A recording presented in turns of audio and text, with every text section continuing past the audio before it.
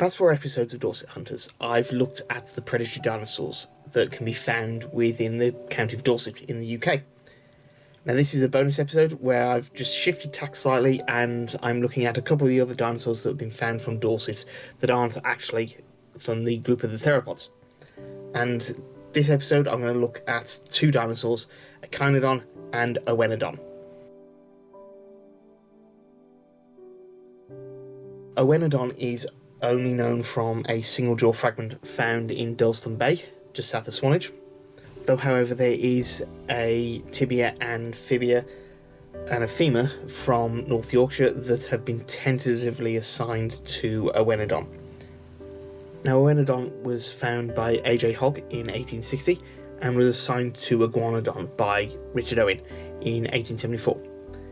David Norman and Paul Barrett considered it a Camptosaurus in their study in 2002, but in 2009 Peter Galton considered it to be a intermittent form between Camptosaurus and the later Iguanodons, so he gave it its own genus of Owenodon.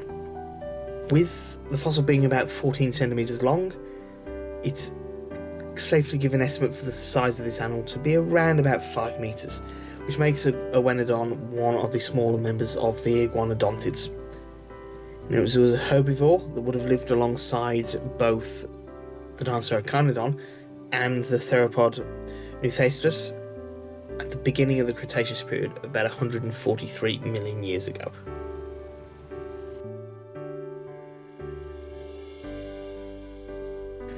Whilst not a lot can be said about Owenodon, Echinodon on the other hand is kind of special. Now, Echinodon is known from several jaw fragments and teeth found by Samuel Beckles whilst he was digging in Dodsonand Bay, again same similar sites as Owenodon, just south of Swanage. And they were formerly described again by Richard Owen in 1861, who thought they were actually from some sort of lizard, and he named the animal Echinodon beckelsi after Beckles. Okay, cool, so it's another dinosaur named from a series of jaw fragments. This, as you're probably aware, is quite a common theme for these series of videos that I've done about British dinosaurs. So what makes Echinodon special in this case? It comes down to 3 things really. 1, its size. 2, the group of dinosaurs it belongs to. And 3, the time in which it lived. These jaws are only a few centimetres long, and it's estimated that an adult Echinodon would have been roughly say 50 centimetres in length, which makes Echinodon the smallest known dinosaur from the British Isles. Like many dinosaurs known from few remains, Echinodon has been bounced around between different groups of dinosaurs. Owen thought it was originally a lizard, Franz Nasser thought it was a scelidosaur, Richard Thalborn thought it was a Hypsilophodon, Peter Galton a Lesothosaur, until Paul Sereno realised that it was actually a member of the Heterodontosaurids. Okay, so what's a Heterodontosaurid? Well, the Heterodontosaurs are a rather rare group of dinosaurs. We don't have many fossils from them. So what makes Heterodontosaurs so special is the wide variety of teeth that they have in their mouth, what's known as heterodontic dentition. Now this is quite common in mammals, but in dinosaurs this is quite a rare trait. Not many dinosaurs have much variation in the teeth that they've got in their mouth. Similar with most reptiles, to be honest. Most reptiles tend to have a similar sort of shaped tooth right the way throughout the jaw, whereas the Heterodontosaurs have a series of small conical teeth at the very, very front, and then the third tooth back forms this kind of tusk on both the upper and lower jaw, very similar to the canine teeth that you'll find in mammals.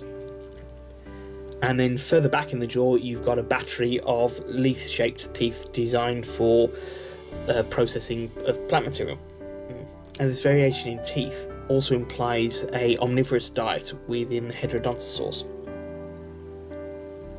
Now, although this is rare, we do have a few Heterodontosaur dinosaurs found from elsewhere in the world, such as Pegomastux and the namesake dinosaur for the group Heterodontosaurus, coming from places like South Africa and Lesotho. And there aren't actually that many Heterodontosaurs known from the Northern Hemisphere. Most of the fossils of the Heterodontosaurids have come from Southern Africa. What really sets Echinodon apart is the age of that fossil. It comes from the Berriasian stage of the Cretaceous period, about 143 million years ago.